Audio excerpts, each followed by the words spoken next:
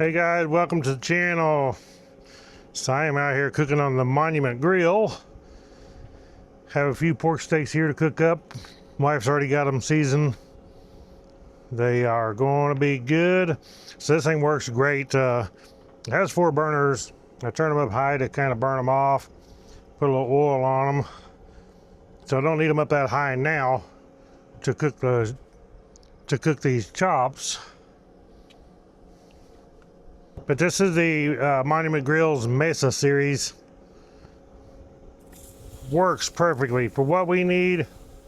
This is a good grill. It actually has a lot of room, and we don't use a lot of the room, so I usually just turn off and cook on one side because we don't actually need both sides. If we're cooking for family or whatever coming over, we got all this room and we can keep stuff warm up here on top. So we're going to let them stick, sear off, flip them over. Won't take long at all to cook these chops, but the Monument Grill is pretty cool. I mean, I like its electric start, like most grills nowadays. Like I said, 4 burner cast iron grills in here. Then we have the warming rack up here. It does have a table on each side, which is good because you can keep your stuff on there. It also has a bottle opener down here, but very good grill. I like the way it works. Tank holder down there. I got me a brush right there and scraper that I use on the grill. But as I said, these are cast iron grills, so they're going to last a long time. You don't want to get the ones that are cheap steel wire. Some of them put like wire like this here, down here for your burners. No good. Really good. It's also got a drip tray there in the back, so we can catch all the grease. But as I said, this is Monument Grill, the Mesa series. I will post a link to this below too. I made a video of setting this thing up, putting it together, and worked really good. I'm going to turn this up just a little bit. Turn it down a little too low. Shut that lid down.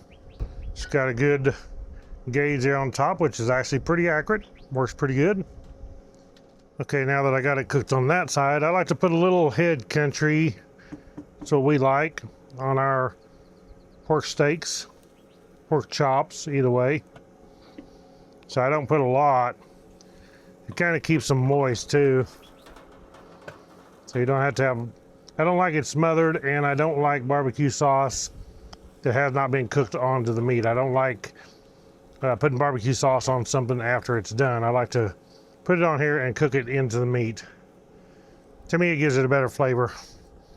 A little rubber brush works pretty good, or silicone brush, I guess you say. So we'll let them cook on that side a little bit, then we'll flip them and brush the other side. Okay, our temperature, we run about 300 to 350 is what I do when I'm grilling. Pretty close, so I'm ready now to flip these over. I don't want to cook them too down to where they're hard. Started getting out a little black on the edge.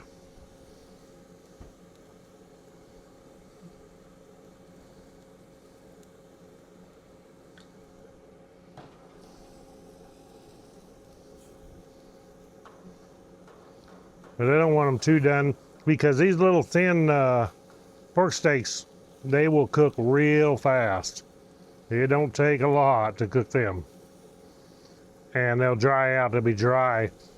This barbecue sauce rubbed on here, cooked in it, definitely helps keep them moist too. They are cooking good. So you probably can't see from the glare, but I do like this glass window. It's super clear. And I don't have to raise this lid all the time just to see how it's cooking. I can just look in there and see it. Because every time you open this lid, you just lose all your heat, or a lot of it. So I don't want to open that lid any more than I have to. So it should be done here just pretty quick. It don't take too long. Usually at 300 to 350, do about 5 to 7 minutes on each side. and they're pretty much done. They're just so thin, they're easy to cook. And I cook something thicker, of course, it takes a lot more time, but like steaks. But we've been cooking on this thing and really enjoying it. It works really good. Definitely like the stainless. It's super easy to clean. You just wipe it down, clean it off. It's super easy to clean. It's a little bit dirty now from sitting out here. Been sitting outside under the awning here at the RV. The RV, we got a top for it right there that we built, and keeps it dry, but it does get dusty and dirty, so I do have to clean it off once in a while anyway.